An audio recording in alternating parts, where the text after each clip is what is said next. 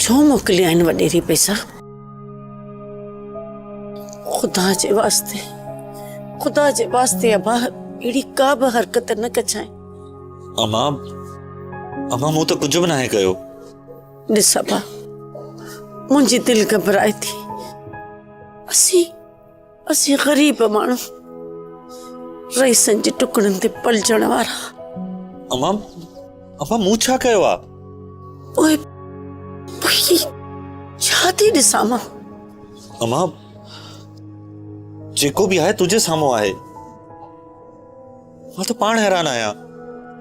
साईं ये पैसा अलाए मुझे कपड़नि जे लाइ मोकिलिया आहिनि या शायद थी सके तो गुलाबो ॻाल्हि न समझी हुजे।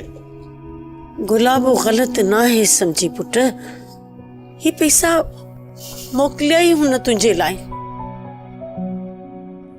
ॾिस पुट, वापसि करे छॾ पुट। हिन जो अंजाम तमामु ख़राब थींदो। हाँ मां, इहो ठीकु आहे।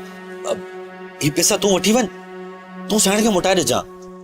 न भाउ, आउं वापसि कंदसि त अलाए छा सम्झंदी। तूं हीअं कजांइ, गुलाबो जे हथां ई वापसि मोकिले ॾे। ठीकु आहे अम्मा। तोखे उन वक़्तु ई वापसि करणु खपनि। हा पुट, नांग जे ॿिर में कॾहिं बि हथ न विझजांइ।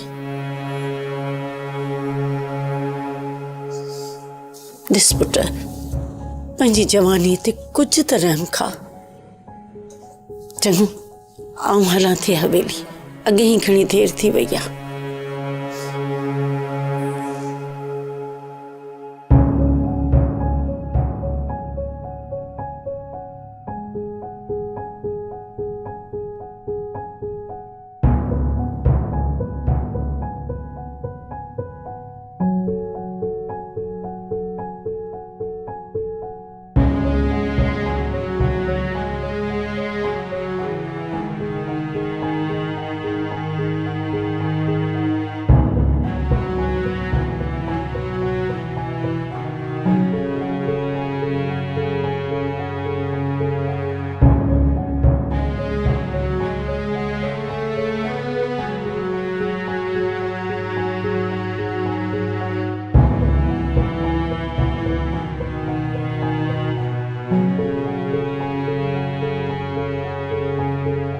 सब्सक्राइब कयो असांजो official YouTube channel Singh TV HD drama ऐं वधीक अपडेट लाइ बेल आइकन खे क्लिक करियो।